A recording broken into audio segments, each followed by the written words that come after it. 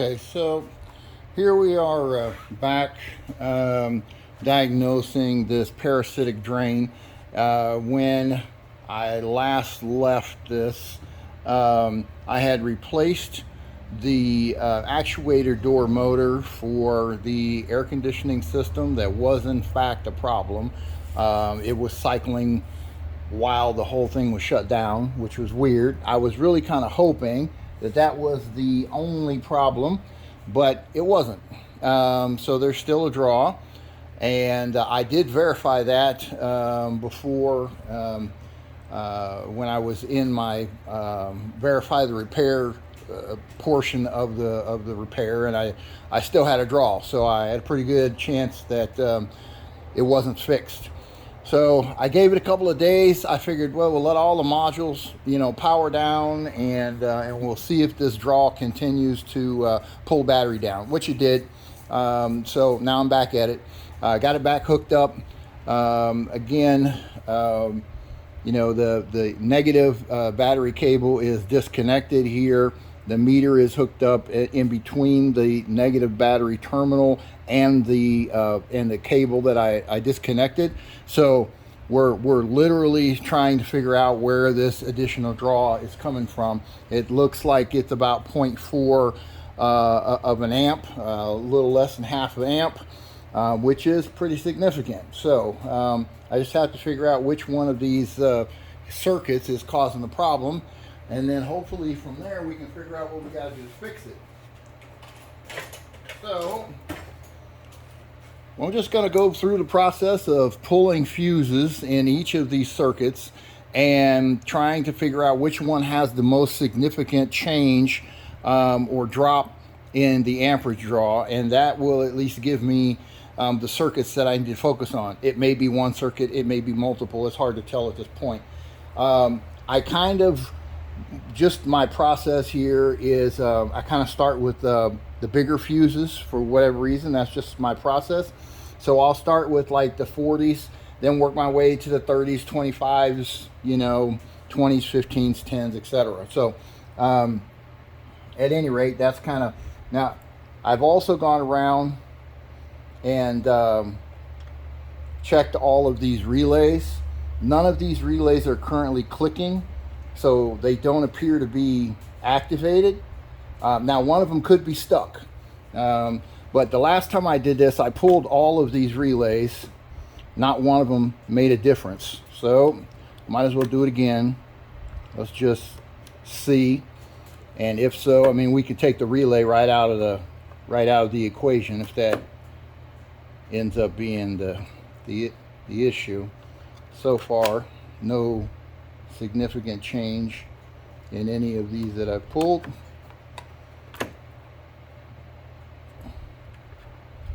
Which is what we found last time, but that doesn't mean that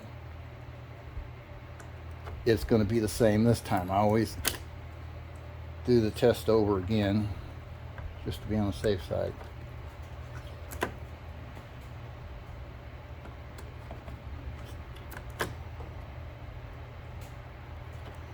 Okay, no significant change from any of the relays. Now we're going for the large fuse relay, or large fuses at this point. So this is a 40. Nothing there. Unfortunately, this process is kind of tedious because you have to go through so many of these fuses, and obviously the fuses will test good. Doesn't mean that just means there's continuity through it. It's not burnt, but that doesn't necessarily mean that it's not involved in the circuit that we're having issues with. Alright, here's another big one. Just gonna keep working my way around with the bigger fuses. Whoop! Whoa, okay, wait a minute. What happened there? It actually went up. We're about 4.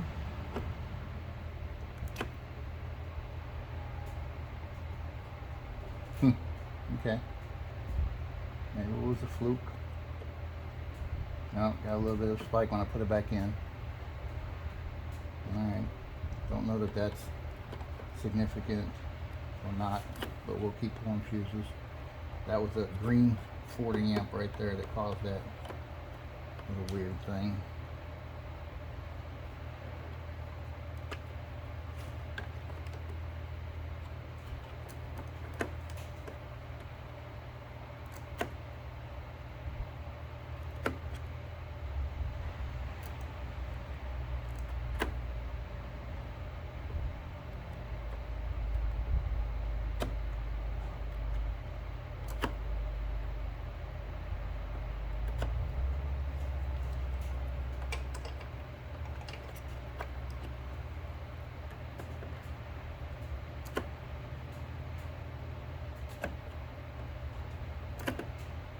Whatever circuit it is, when I find it, it should be pretty much an immediate change. Typically, it's not something you got to snoop for. I mean, it's there or it's not. Okay, let's try this one.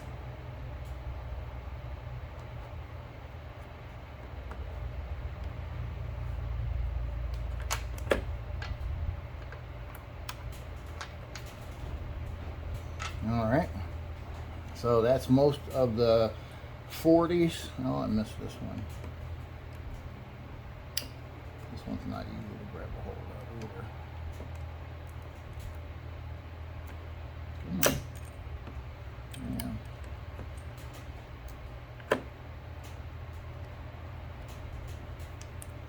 I have to replace that one. Oh, the top of it popped off. No, maybe not. Might just snap back in place. Oh, there we go. Okay.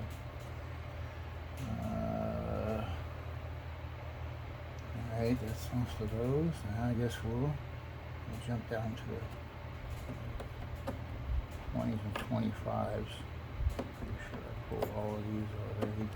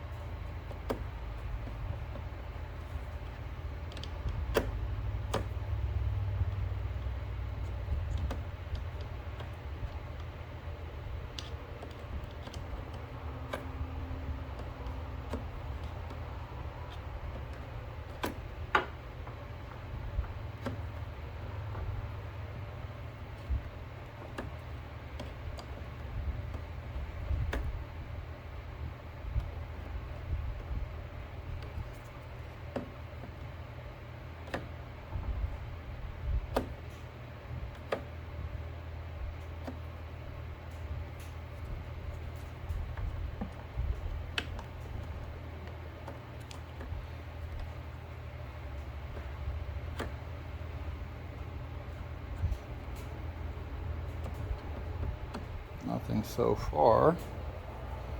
So I'm working my way across this front bank.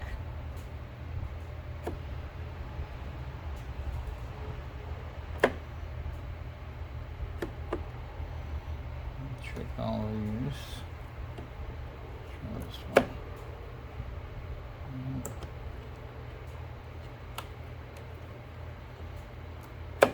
Like this one's just going to prove to be difficult.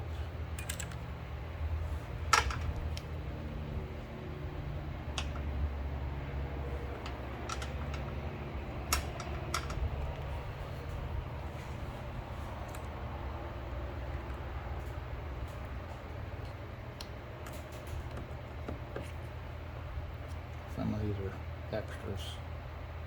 I think I pulled that one already.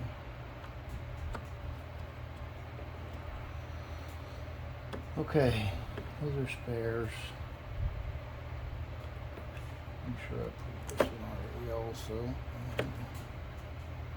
Going this way.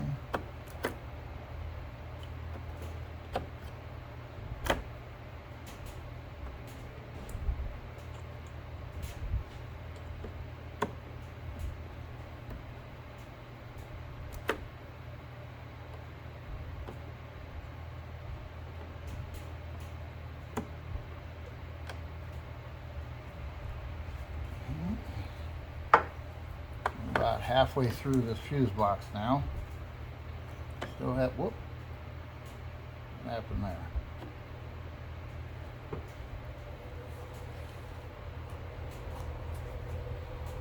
Big spike.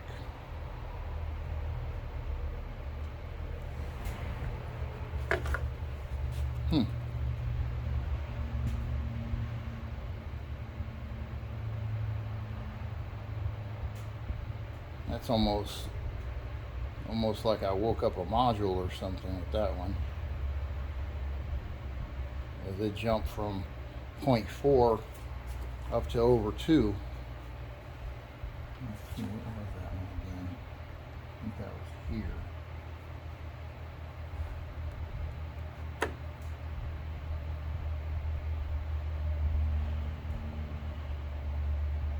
Still pretty high. Okay, this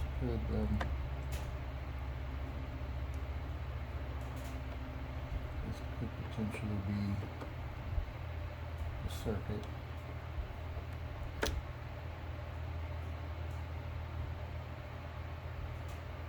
Let's see, much difference on that one.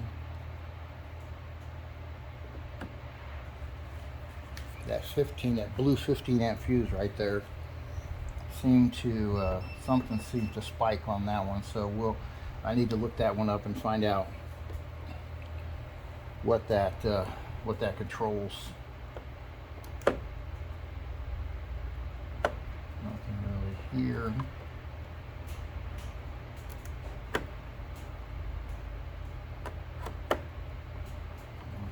Nothing here.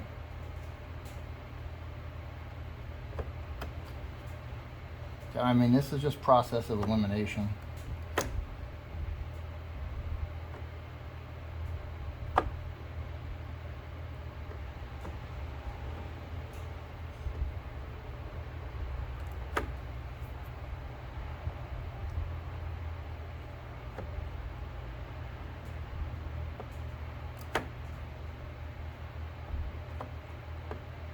Yeah, I might have woke up a module because it's up.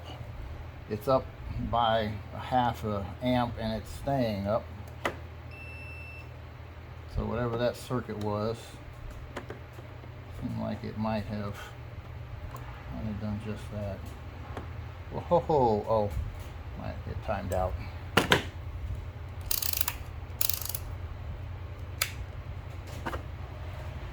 Okay.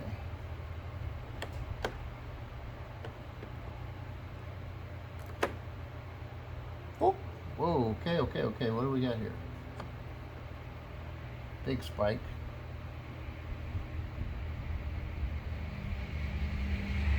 Now we're at 4 amps. Not 0.4 amps. Man, that's bouncing all over. Okay.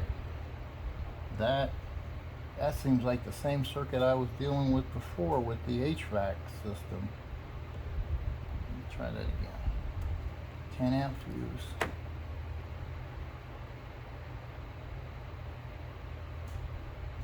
Okay, that's suspect still. Yeah. 4 amps again.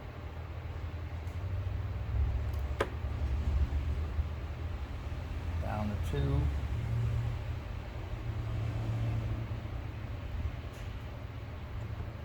Seems like there's something weird going on in that circuit.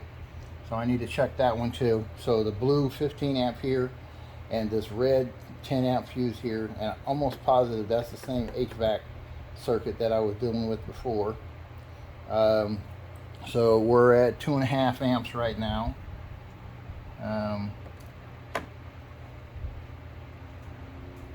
No change on that one.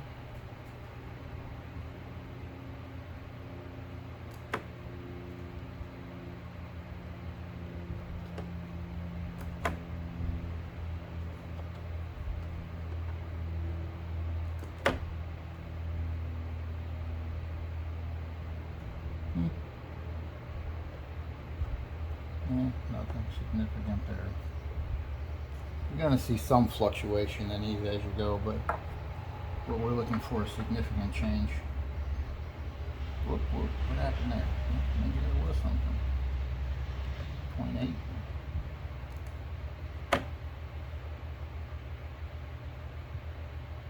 Maybe not.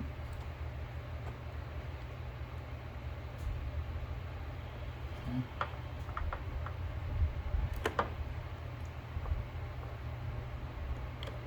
I was hoping it wasn't going to be anything with these two 10 amp fuses back here, because both of these are airbag related.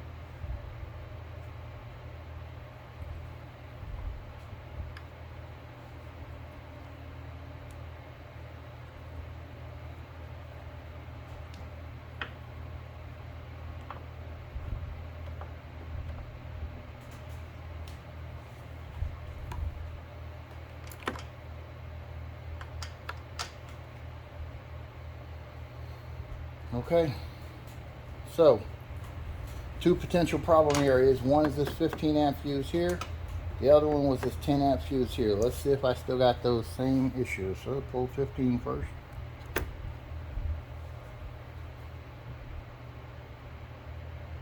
Okay, no major change there. Let's see what happens when I plug it back in. Okay, maybe that one's nothing. Maybe I just woke up a module before and now it's timed out again. There's the 10 amp fuse next to it. So both of those seem to be okay. All right, let's go back to this 10 amp fuse over here. That was the HVAC system. Yep. Yeah. So that one, it cut it in half, and then it spikes again as soon as I plug it back in. Now we're up to 4 amps, not 0.4. So that same circuit, I'm almost positive that is that's the HVAC circuit, the same one that we had trouble with before. I don't know what else in that circuit could potentially be causing the problem, but let's see if we can figure it out. So that one right there. Yep, F79. That's the same one we had to deal with before. F79 is the ICS, which is the integrated console thing. Oh, geez, that has to do with the center stack. So that could be one of the radio head or the HVAC control head. There's a number of things in there. Let's see what else. So it's the ICS, it's the HVAC system, EPB. I forget what EPB is, and then some kind of steering column control. So that's all the stuff that's on that.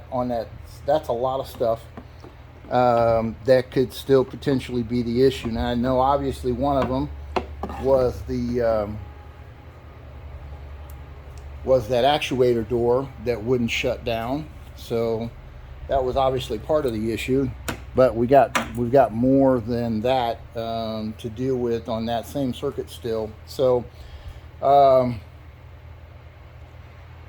got the circuit isolated. I'm going to go spend some time looking at the actual wiring diagram for that circuit and see if there's anything that would be apparent, that jumps right out, that potentially could be an issue.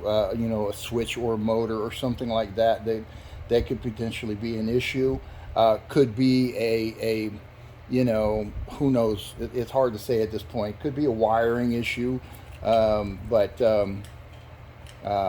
you know, we're just going to have to dig deeper into this to try and figure it out. But at least I think we're in the right circuit. I'm going to pull that. I'm going to pull that fuse one more time just to verify it's the one that's giving me issues. Yeah, it's definitely a significant change when I pull that.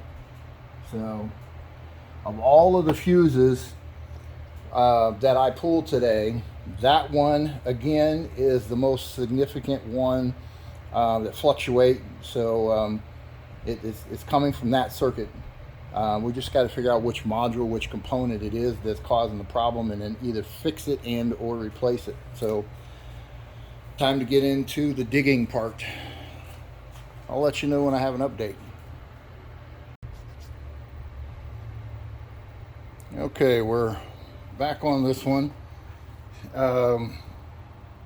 So I decided to let this sit overnight, and you know, needed to do a little bit of research. Kind of wanted to just kind of rest on it, and you know, come back and take another stab at it. Sometimes you got to take a break when you get stuck on something, and you know, kind of let your mind do something else, and then come back to it, and then you can figure out, you know, some things that maybe you didn't catch the first time through. Anyways, let this sit overnight. Another thing I did that I hadn't done before was I went around and I latched all of the doors and left the doors open. And the reason I did that was because I want the van to think that all those doors are closed. Because if I needed to get in the vehicle, I didn't want to accidentally trigger and wake up a module. So latched all those doors. Everything's been sitting here overnight, and I got to thinking about this thing. There's a little background on this vehicle, because this is my personal vehicle. I have been having an issue with an error message on the dash for probably now, I'm going to say, close to 6 months, related to the stop-start system not operating or being unavailable, I think is what the error code says. I kind of ignored it because I don't like the start-stop option anyway. So I got to thinking about that last night and how it might relate to this particular problem of this battery drain. And I realized that there is a relay in the system somewhere that basically tries to tie, or basically it does, it ties these two batteries together, the auxiliary battery and the main battery. So if your primary battery's at 12 volts and this one's over here at whatever, let's say 6, it's trying to equalize the voltage between them, and for lack of a better term, that's the best way I guess I can explain it. So I got to thinking, well, if for the past 6 months this auxiliary battery has gone from 12 volts to 10 volts to 6 to 3, I mean, who knows? I haven't tested it. I have no idea what kind of voltage that thing is. But if they're trying to equalize, then this battery is potentially pulling this battery down, and maybe that's part of my ignition off draw problem. So first things first, that battery's getting replaced right now. Then we're going to kind of see where things play. Like I said, it's been sitting overnight, so I'm going to just verify that we still have the same issue. So let's turn the meter back on. Okay, the draw is still there. I think yesterday it was like 0.849, so it's down a little bit, but it's still there. I mean, that's still more than half an amp draw. That's not milliamps, that's 0.6. That is more than half of an amp draw, which is significant. So gonna keep playing with this. My strategy, I suppose, today here is replace that battery first and foremost, see if that makes any difference, okay? If it doesn't, then we move on to the next step. We know there are several components that come off of this F79 circuit. So the HVAC system is part of it, the power steering control module, the integrated center stack of the dash is part of that circuit. There's a lot of stuff on that circuit. So the diagnosis at this point, if the battery doesn't help or fix this problem, is to go individually unplug each of those modules and figure out which one is the problem. One of those modules is waking up. I don't know which one, but it's either a module is waking up, or there's an actuator that's in that system that is coming on when it shouldn't be. So module or activator or actuator, something in that circuit is waking up when it shouldn't be and causing this drain issue. So that's what we're going to figure out. Once we get it isolated, we'll either get a new component, for lack of a better term, either an actuator or a module to fix that particular issue, and then hopefully our drain problem will go away. These type of ignition off draw issues, they're not exactly the fun diagnosis thing to do, but you have to do what you have to do, and you either fix it yourself or you take it to a professional and you let them do it. So I am of the opinion of the fix it yourself, especially since I've got some background and skills in that area, and so I'm going to continue working on this thing until I figure it out. I'll let you know what happens after I change this battery out. There's no point in you watching the whole process of actually swapping a battery. It's pretty simple for the most part. Okay, so I just replaced that auxiliary battery and got everything hooked up good. Whenever you're doing this related to batteries, make sure that you check the connection points on the battery. They need to be clean, dry. If you need to clean off any corrosion, or you need to take a wire brush to them and clean it up, then you need to do that before you put it all back together. And you need to make sure that these bolts are nice and tight when you put this down there, because a loose connection will cause all kinds of problems, and a lot of times you don't catch it until it's too late. But anyways, yeah, make sure these are snugged up good, and that's all taken care of whenever you change or swap a battery out. So that's all been done. Everything's buttoned up. Now we need to figure out if it made any difference. And okay, so now we're at 2 amps. We're at more than 2 amps. So that tells me that in the process of going through all of this, I woke up a module. I woke up something that was sleeping overnight. Now I've got to wait an hour, come back, see if it went back to sleep, and then we'll be able to continue doing our testing from then. So for right now, I'm going to put everything on hold, let it go back to sleep, come back and check it later. Okay, I let this thing sit for an hour, came back, and I don't know, kind of found some interesting things. So I put a new auxiliary battery in this, as I mentioned earlier. The old one that I pulled out, I did test it. It was at 7.5 volts. This one I tested, it's right at 13 volts. So it was pretty significantly discharged.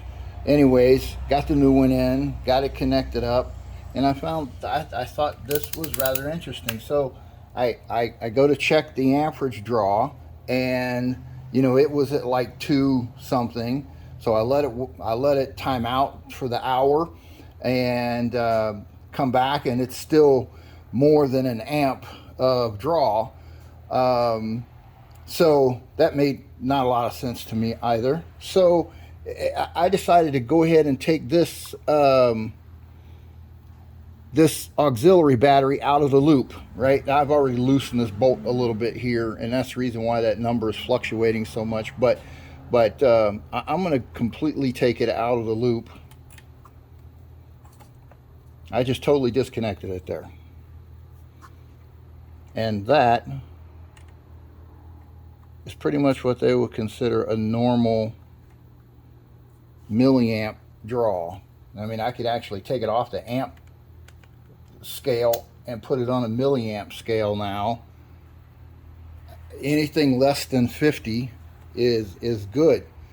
So I'm not sure why I'm getting so much draw from that auxiliary battery, but that's kind of where I'm at. I got to figure out exactly what the issue is. Now, like I mentioned before, I know that there is a relay. I've seen it on a wiring diagram that basically ties these two batteries together, and maybe that relay's stuck. I don't know. So I'm going to continue playing with this, and once I figure it out, I will let you know. But that appears to be the source, the primary source of this issue. And yeah, I mean, even if I were to come back and check this fuse, which this fuse right here, let me make sure I still got this on camera. I don't. Let me move it. There we go. This fuse right here, this red 10 amp fuse, is the circuit we were having trouble with before. That is fuse number F79. Before, when I was pulling this fuse, that's when I was getting the major fluctuation in the amp draw, ignition off draw. And that does not surprise me. So I don't believe that the draw issue is now in this circuit based off of what we just did. Doesn't appear to be coming from that circuit at all. It appears to be 100% coming from an issue related to that auxiliary battery. Maybe the relay that ties the two batteries together. We'll continue to dig. I'll let you know what else I find. Okay, we're back. All right, so I spent some time in front of the computer looking at the wiring diagram related to this vehicle, and specifically this stop-start system. And basically, the negative side of this just goes right directly to ground, so that's no big deal. But the positive side of this thing here, the positive side of this start-stop battery runs from here back over here, and it ties into the main battery on this terminal. So those two are tied together, and then it runs from there back over to here. Let me see if I can get some light in this area here. Maybe that will help. Here, this will do a better job. So that wiring harness runs back here, comes in here, and then runs back along the back side of the battery here, and comes into this, which is the power relay, the relay that ties these two batteries together. So I'm suspecting that there's an issue with this relay. It comes from this relay, by the way, from the relay and back up to here into the power distribution center. So this is the positive side of that circuit. Again, negative goes pretty much right directly to ground. So I don't suspect there's a wiring issue here, but there could be. But my first take on this is to I'm going to pull this relay, and I'm going to check the relay and see if maybe that relay might have a stuck terminal, or might have a stuck contact inside the relay, which could be causing it to be on all of the time. So we're going to play with that relay and see if that helps us figure out this problem. And I'll let you know once I get it off. All right, so we are finally at the end of this process, and it's been a challenging one. But I'm gonna recap the entire thing just to kind of give you an idea of where we started, and where we are now. So the initial concern with this vehicle was that the battery dies after leaving it for 2 or 3 days without driving it. So there's an ignition off draw situation, parasitic draw. There are several names for the same thing, but at any rate, basically something was staying powered up while everything was shut down. A module or an actuator or something wasn't going to sleep like it's supposed to, and therefore it caused a drain long term. So the first culprit was we found that there was a significant draw coming from this fuse right here. This is the F79 fuse. And so that circuit controls the HVAC system and a number of other things inside the car. So bottom line was that there was the actuator door for the blend air in the HVAC system, which is the motor, the actuator motor is behind the glove box, was actually bad. And what happens is when they start to go bad, they start making a clicking noise. So that's what we were experiencing. You'd shut the car off and it start clicking, click, click, click, click. It's like a little thump. Basically what it was, that door was opening, closing. And that was taking place for who knows how long. And eventually battery dies down. So that was an issue that was addressed. As a part of the wrap up, verifying that repair corrected the ignition off draw problem, we come to find out that it didn't.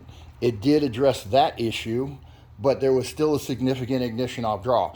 So then we started looking at other things. Well, this vehicle has this auxiliary start-stop battery along with the primary battery, and I've had a light on the dash for the past few months that the start-stop system was disabled, and I knew that battery was getting bad, but I didn't think that it would contribute to pulling the other battery down. Well, come to find out, these two batteries are tied together, and they try to equalize each other, and so that's part of the issue, is when they are trying to equalize each other. And so if you have a bad start-stop battery, could impact your primary battery. Anyways, long story short, I replaced this battery, and as soon as I did that, I saw a drop in the. Actually, it spiked initially because I kind of woke the system up, and it was trying to stabilize these two batteries again. Then I disconnected it, and my primary ignition off draw was coming from this battery. So I charged both of these batteries fully last night. I just disconnected them, and now I'm doing the ignition off draw test again. Now I'm already at 0.7 milliamps. Once it gets below 50.50, they say you're in pretty good shape. Most of the time that won't cause a problem, but the expert that I called on this, he told me that 0.35 is really the number that you're shooting for. So